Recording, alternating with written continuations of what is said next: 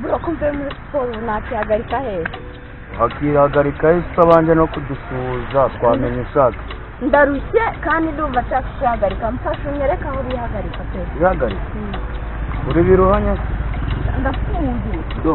kata hariya ubundi uzamuka hariya nzamuka uzamuka nimara kuzamuka urabona agatuwarete wifashe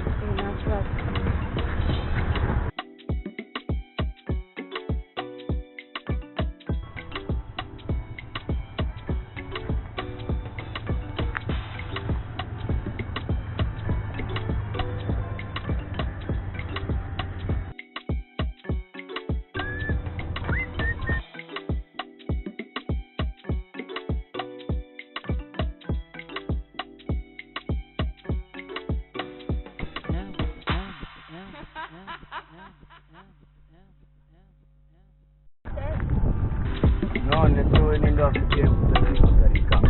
ahantu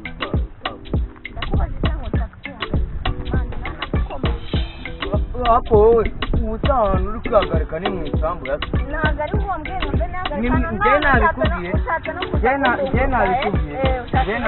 mbe nabikubwiye reka nkubwire rero byo twanasorera ako uzanye ibintu by'ibirenge bye nagukubye usanzwe mu isambu yanjye urashaka kwiherera njyewe nta kintu twavuganye noneho ngusanze mu isambu yanjye ndabizi ati